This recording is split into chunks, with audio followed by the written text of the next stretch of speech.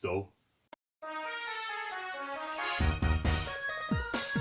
we live in a place where we get to choose whether or not we want to go to the movie theaters. There's never, ever a time where you are obligated. There are times when we feel it, like, I just got to see this Captain Marvel movie because I need to know what happens in Avengers Endgame. They got me. This isn't that case. This is a movie that's being re-released. This hasn't even been taken out of theaters yet, but we're gonna add a couple scenes to it.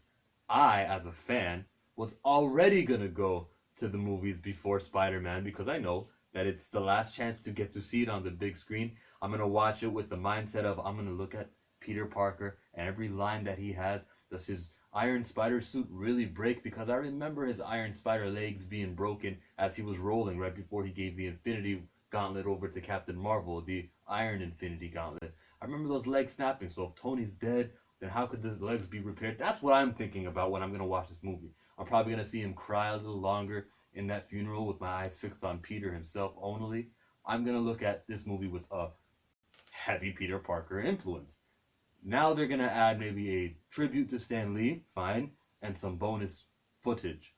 Personally, I hope we get Michael Peña's character, Luis, from Ant-Man and the Wasp, just to explain, oh, you missed it, this is what happened, because all we know is Ant-Man gets freed and he goes to see his daughter. We see him talk to a kid and says what happened, but I want to see him stop over at his best friend Luis.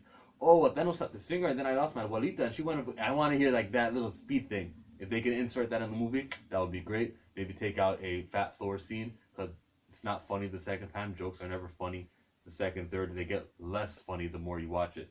But I was gonna see Avengers Endgame for, it would have been the fourth or fifth time. That's me. You don't gotta see it if you don't want to. I know they want to beat Avatar. They're Disney or WB or Fox or any of their Paramount, Universal. Those rich people, they just want to be number one. Fine, good for you. Hey, it's not gonna work. They're $38 million away. I just checked because I like to know what I'm talking about before I get on the camera. They made about $1 million a day if you count the domestic and the foreign. Roughly about $1 million a day. They're not going to be in the theaters for 38 more million days.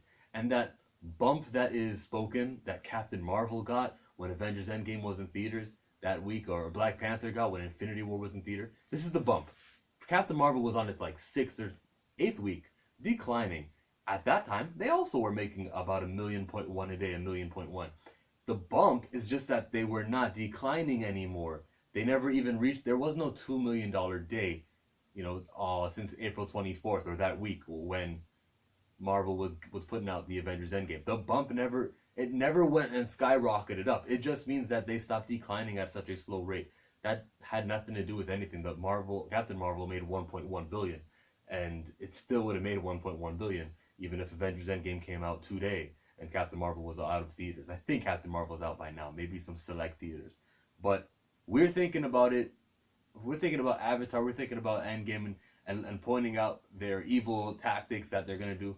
I encourage this because I'm going to watch the previous Marvel movie if there's another one coming out in 2 months. I'm always going to watch the previous one just before I watch the new one so that I can say goodbye to the movie. That's me.